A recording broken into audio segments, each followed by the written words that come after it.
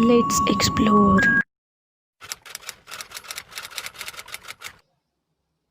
Hello and welcome guys to my channel जिसका नाम है far from world into mystery. आप सबका मेरे इस चैनल पे स्वागत है। तो चलिए शुरू करते हैं हमारा आज का वीडियो। तो आज हम काफ़ी इंटरेस्टिंग टॉपिक पे बात करने वाले हैं। तो और इस टॉपिक में मैं अपनी तरफ से या फिर जो कुछ थेरीज़ है मैं वो थेरीज़ भी एक्सप्लेन करने वाली हूँ। तो आज का टॉपिक बहुत ध्यान से सुनना। अगर आप ध्यान से सुनोगे तभी आपको समझ में आएगा, वरना आपके सर के ऊपर से जाएगा, बिकॉज ये टॉपिक काफ़ी कन्फ्यूजिंग सा है। तो आज हम बात करने वाले हैं मंडेला इफ़ेक्ट के बारे में। तो सबसे पहले हम बात करते हैं कि what is Mandela effect. Mandela effect क्या होता है? एक्चुअली मंडेला इफ़ेक्ट को फॉल्स मेमोरी का नाम दिया गया है। मतलब आपकी मेमोरी की एक ऐसी मेमोरी जो गलत है। यानी कि मतलब अगर आपके मेमोरी में कुछ किस चीज़ का नाम है या फिर कोई चीज़ है, तो आपको सडनली पता चलता है कि ऐसी कोई चीज़ एग्जिस्ट ही नहीं करती या फिर उस चीज़ का नाम ही कुछ अलग है, उसको मंडेला इफ़ेक्ट कहते हैं। लुक वो बहुत कंफ्यूजिंग सा है, आपको समझ में भी नहीं आएगा। हम उसके बारे में आगे डिस्कस करने ही वाले हैं, तो आपको अच्छे से समझ में आ जाएगा। जस्ट फॉर एग्जाम्पल के तौर पे हम ये मानते हैं कि जो हमारा एप्पल है, रेड एप्पल, तो हम सबको पता है कि एप्पल का कलर रेड होता है और दूसरे भी कलर्स आते हैं जैसे कि ग्रीन वगैरह, बट हमको मोस्टली पता है कि एप्पल रेड होता है। बट अगर आपको सडनली पता चले या फिर आपको बताया जाए कि रेड एप्पल तो एग्जिस्ट करता ही नहीं है, फिर आप गूगल सर्च करेंगे और गूगल पर भी वो नहीं है रेड एप्पल, तो फिर आपको कैसा लगेगा? तो अब हम बात करेंगे कि ये नाम कहाँ से आया। आप सबको नेल्सन मंडेला तो पता ही होंगे। वो साउथ अफ्रीका के प्रेसिडेंट रह चुके हैं।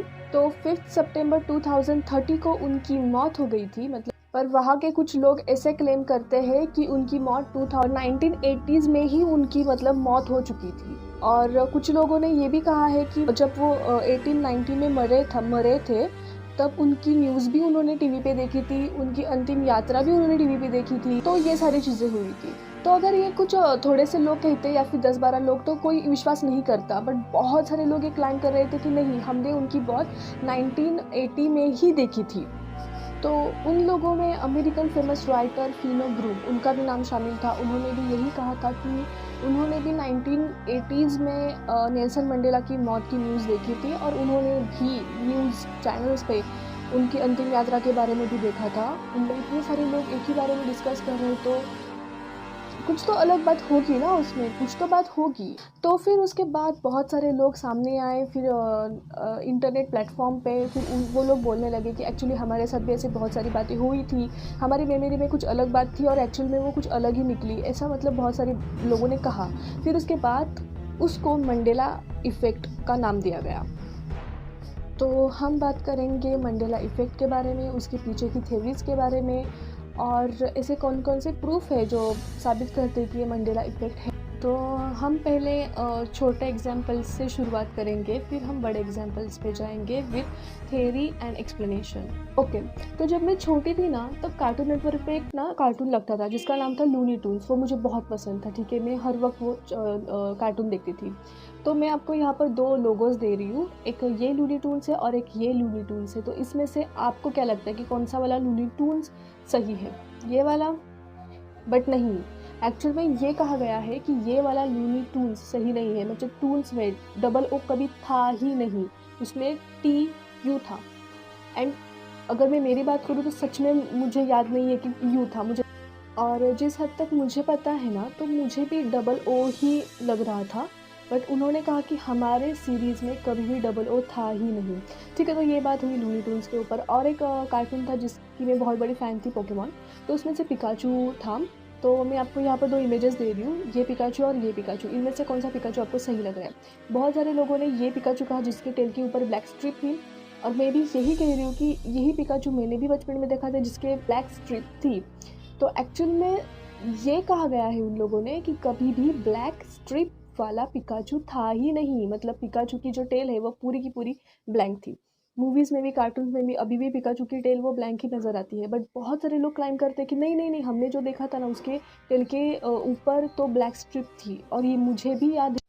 तो ठीक है, आप में से बहुत सारे लोग बोलेंगे क्या यार कार्टून का, ये तो बहुत बचकानी सी बात है, हो सकता है या फिर नहीं भी हो सकता, हम क्यों ये करें।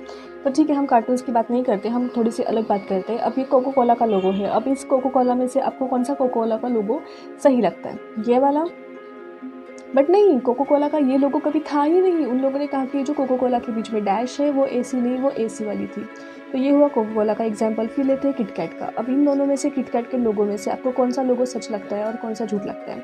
बहुत सारे लोगों ने बोला कि ये लोगो हमें याद है, ऐसा ही था। बट नो, किटकैट वालों ने कहा कि कभी भी हमारे किटकैट के बीच में डैश था ही नहीं।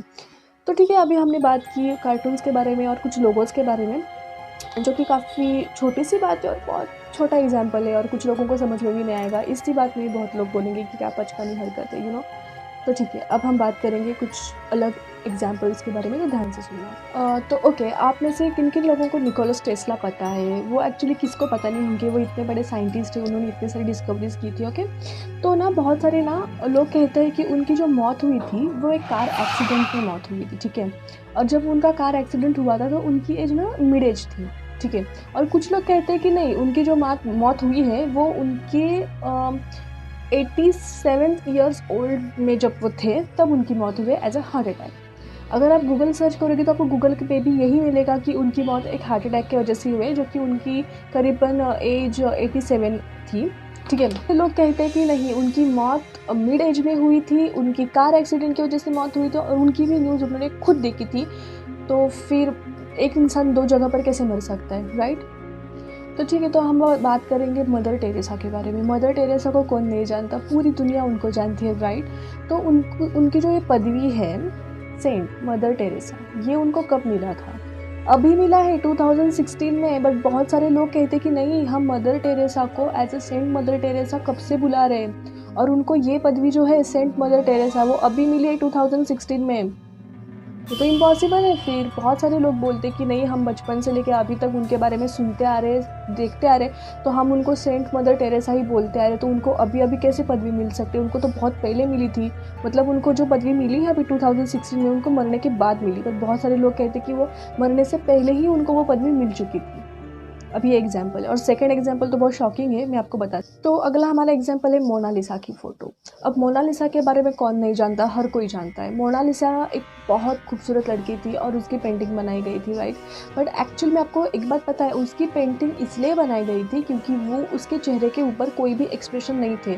दुख, सुख, हैप्पीनेस, डर, ऐसा कोई भी एक्सप्रेशन उसके चेहरे पे नहीं था। मतलब वो एक्सप्रेशन लेस लेडी थी, इसलिए उनकी पेंटिंग बनाई गई थी। बट अगर आप पहले की मोनालिसा की ये पेंटिंग देखोगे तो उसमें आपको उसके चेहरे पे कोई एक्सप्रेशन नज़र नहीं आएगी, जो कि मैं भी बचपन से देखती आई और बहुत सारे लोगों ने ये कहा है। और अगर आप आज की मोनालिसा की पेंटिंग देखोगे, आप गूगल भी देखोगे, तो उसकी पेंटिंग में उसके चेहरे पे एक छोटी सी स्माइल है। तो बहुत सारे लोग बोल रहे कि नहीं, हमने कभी भी उसके चेहरे पे ऐसे स्माइल नहीं देखी थी बाबा, हमने ऐसे एक्सप्रेशन लेस मोनालिसा को ही देखते आ रहे हैं। तो ये एक एग्जांपल है और ये एक्चुअल में मुझे भी बहुत शॉकिंग लगा था। तो ठीक है, हाँ, अभी हमने ना पूरे सारे के सारे वो जो एग्जांपल्स है वो देख लिए, हमने वो प्रूफ भी देख लिए, ठीक है। अब आप लोगों को क्या लगता है वो मुझे आप कमेंट में ज़रूर बताना। तो ठीक है, अभी हमने एग्जांपल्स देख लिए, तो अब हम बात करेंगे हमारे मेन टॉपिक पे। हम अब बात करेंगे उसके पीछे के थेरीज़ के बारे में, ठीक है। उसके पीछे 3 थेरीज़ है। तो फर्स्ट है कॉन्ट्रोवर्शियल थेरी है, जिसको मैं बताऊंगी, अभी हम उसी के बारे में बात करेंगे। फिर तीसरा हम कुछ साइंस के लॉजिकली बात करेंगे, साइंस के लॉजिक लेके। और जो थर्ड वाली थ्योरी है वो बहुत इंटरेस्टिंग है और उस पर ही सबसे ज़्यादा साइंटिस्ट लोग बिलीव करते हैं। वो अबाउट साइंस है, मतलब साइंस के भी बहुत आगे की स्टोरी, मतलब थ्योरी है। तो वो भी मैं आपको बहुत अच्छे से एक्सप्लेन करने की कोशिश करूँगी। तो चलिए हम पहले शुरुआत करते हैं हमारी कॉन्ट्रोवर्शियल थ्योरी टाइम ट्रैवलर से। ओके, तो ये जो कॉन्ट्रोवर्शियल थ्योरी है टाइम ट्रैवलर को, जिसको उसका नाम दिया गया है, टाइम ट्रैवलर के इवेंट्स को मंडेला इफेक्ट के साथ जॉइंट किया गया है। तो इस थ्योरी के बारे में मैं आपसे बात करने वाली हूँ फर्स्टली, ठीक है। उसको हम कॉन्ट्रोवर्शियल थ्योरी में हम डाल देते हैं। तो इस थ्योरी में क्या बोला गया है कि कोई फ्यूचर का आदमी वापस से हमारे पास लाइफ में आता है, टाइम ट्रैवलर। बिकॉज लिसन, अभी हमारी दुनिया में टाइम ट्रैवलर एग्जिस्ट नहीं करता, बट तो हो सकता है कि फ्यूचर से लोग यहाँ पर आते होंगे। और तो लोग क्या कहते हैं कि वो लोग आते हैं और कुछ ऐसे माइनर से चेंजेस कर देते हैं, तो जिसके वजह से ना उन्होंने वो चेंजेस कर दिए और आज के वो चेंजेस हो गए। तो हमारे माइंड में वो पहले वाले चेंजेस थे, तो इसलिए हमारा ना वो ऐसा, मतलब वो अजीब सा हमारा माइंड हो गया कि फॉल्स मेमोरी हमारे माइंड में आ गई। तो ये वो एक थ्योरी है। बट एज अ मैं बोलूँ तो मुझे इस थ्योरी पे बिल्कुल भी विश्वास नहीं है। वो क्यों नहीं आपको बताती हूँ। तो मैं इसके बारे में क्यों नहीं बिलीव करती, क्योंकि लिसन, टाइम ट्रैवलर होता है और उसके बारे में भी मैं आपको बाद में बताऊँगी। बट लिसन, अगर किसी को आके ना ऐसे छोटे मोटे चेंजेस करे नहीं ना, तो वो ऐसे छोटे मोटे चेंजेस तो करेगा नहीं, राइट। वो बहुत बड़े बड़े चेंजेस करेगा। मतलब आगे की जो वो कुछ भी होने वाला है तो वो पहले ही आके बता के वो सब कुछ रोक सकता है। या फिर अभी कुछ चल रहा है वो कोविड का, तो अगर किसी के पास अगर फ्यूचर में वैक्सीन तो बनने ही वाला है, तो अगर ऐसा ही कुछ होता तो वो फ्यूचर वाले यहाँ पर आके फिर वो वैक्सीन ही दे देते ना। तो लॉजिक है कि ये स्टोरी तो मतलब पूरा गलत है, ठीक है। इसके मंडेला इफेक्ट का टाइम ट्रैवलर के साथ कोई भी कनेक्शन नहीं है। साइकोलॉजिकली देखते हैं साइंस के दौर से, ठीक है। तो हम उसके बारे में ओके, ठीक है। तो हम बात करेंगे हमारे सेकेंड थ्योरी के बारे में, जो कि है साइकोलॉजिकल फेनोमेना।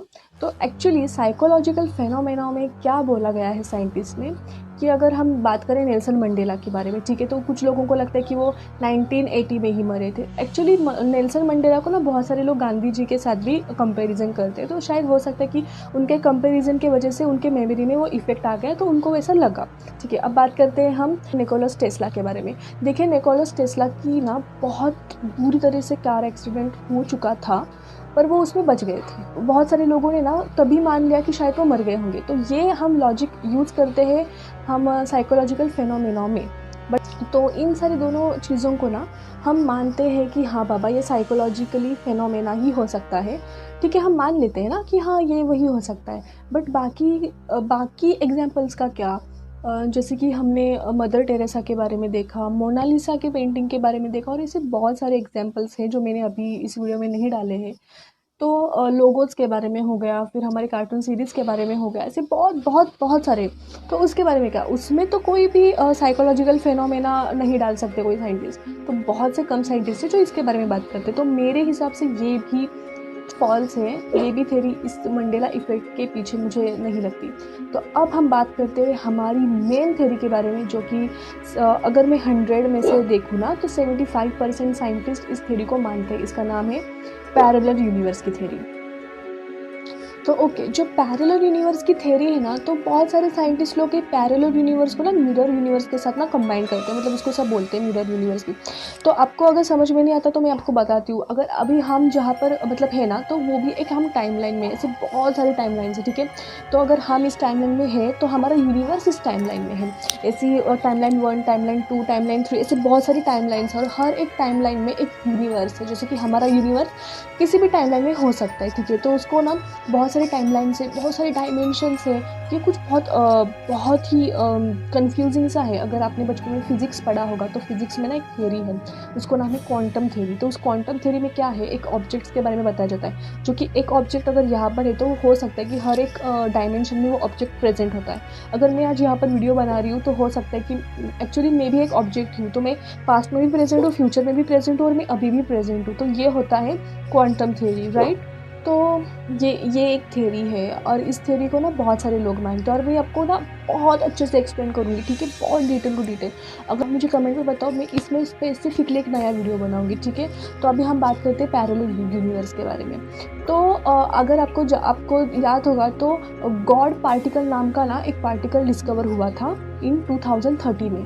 तो वो पार्टिकल डिस्कवर कब शुरुआत हुई, 2011 टू 2030 के बीच में वो गॉड पार्टिकल नाम का एक पार्टिकल साइंटिस्ट ने डिस्कवर किया, ठीक है। तो कहा जाता है कि वो पार्टिकल ना ढूंढने में बहुत सारे एक्सप्लोजन्स हुए थे, और उसी एक्सप्लोजन में जो 2 टाइमलाइंस है उसके डायमेंशंस ना चेंज हो गए, उनके बीच में ग्लिच आ गया।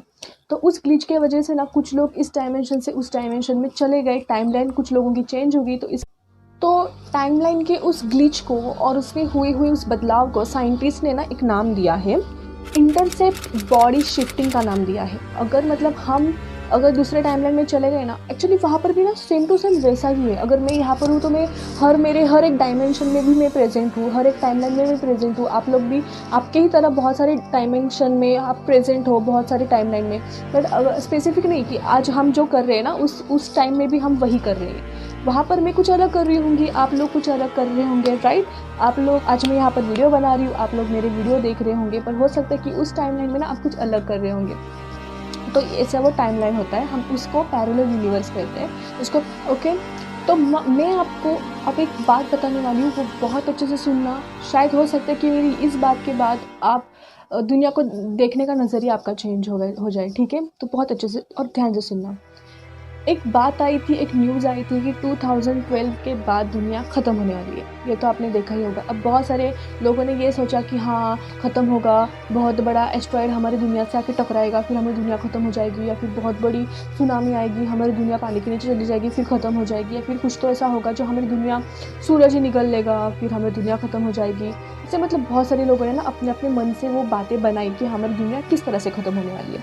बट साइंटिस्ट ने कहा था कि 101% हमारी दुनिया 2012 के बाद ख़त्म होने वाली है। ये बात आपको पता है। अब ध्यान से सुनना मैं आपको क्या बता रही हूँ, आपको फिर बहुत अच्छे से समझ में आ जाए। ओके, तो आप लोगों को पता होगा, तो मैंने अभी अभी आपको एक बात बताई थी कि गॉड पार्टिकल का डिस्कवर हुआ था इन 2030 में, और वो शुरू हुआ था 2011, मतलब 2011 टू 2030 में 2012 आता है, राइट?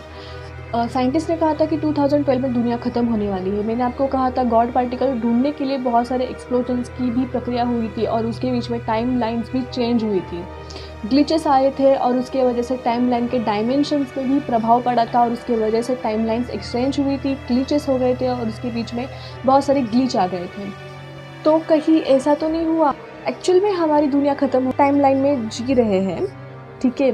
ग्लिच आ गया और हमारी वो टाइम लाइन चेंज हो गई दूसरे टाइमलाइन में। तो इसका मीनिंग क्या हो गया? हमारा दुनिया ख़त्म हो गई। तो एक्चुअली ये कंसेप्ट है दुनिया ख़त्म होने का। 2012 के बाद एक्चुअली हम दूसरे टाइमलाइन में आ गए हैं, दूसरे डायमेंशन में जी रहे हैं, इसलिए कुछ लोगों को पहले की चीज़ें अलग लग रही है और वो आज कुछ अलग ही है।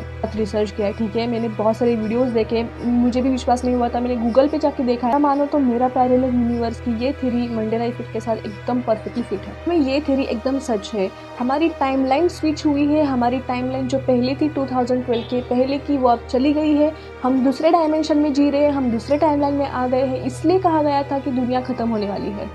2012 के बाद ही मंडेला इफेक्ट चालू हो गया था, इसलिए ना कुछ लोगों को कुछ चीज़ें पहले की याद है जो अभी इस डायमेंशन में ना नहीं है। हम इस धरती पे रह रहे हैं ना, तो हमें धरती के बारे में भी जानना चाहिए।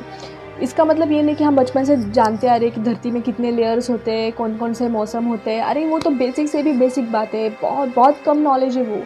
बहुत ज़्यादा से ज़्यादा नॉलेज हमें ना हमारी धरती के बारे में जानना चाहिए, तभी हमको ना आगे के बारे में हम सोच पाएंगे। तो बस यही मेरा एक कोशिश है छोटी सी, जो एक्चुअल में जो हम लोग हैं प्रेजेंस के बारे में आपको बताती रहूँ। और थैंक यू सो मच जिन लोगों ने मुझे सब्सक्राइब करके रखा है, जो लोग मुझे फॉलो करते हैं और जो लोग मुझे सपोर्ट करते हैं, उनके लिए दिल से शुक्रिया। तो रही बात मंडेला इफ़ेक्ट, तो मैंने अभी आपको एक्सप्लेन कर दिया। बहुत सारे लोगों के मन में पैरेलल यूनिवर्स से रिलेटेड बहुत सारे क्वेश्चंस होंगे। आई एम प्रॉमिस कि मैं उसके ऊपर एकदम डिटेल्ड एक वीडियो बनाऊंगी, जिसमें मैं पैरेलल यूनिवर्स और मिरर यूनिवर्स को एक्सप्लेन करूंगी। अगर आपको इस वीडियो के लिए कुछ भी क्वेश्चंस हो तो आप प्लीज़ मुझे कमेंट में लिख लीजिए, मैं उसके ऊपर आपको आंसर ज़रूर दूंगी। आगे की वीडियो आपको कौन सी देखनी है उसके बारे में भी आप मुझे बता दीजिएगा। बस मेरी छोटी सी रिक्वेस्ट है कि इस वीडियो को लाइक करो और ज़्यादा से ज़्यादा शेयर करो, ताकि बहुत सारे लोग इस बारे में जान सके, देख सके। और thank you so much for being with me and take care, bye.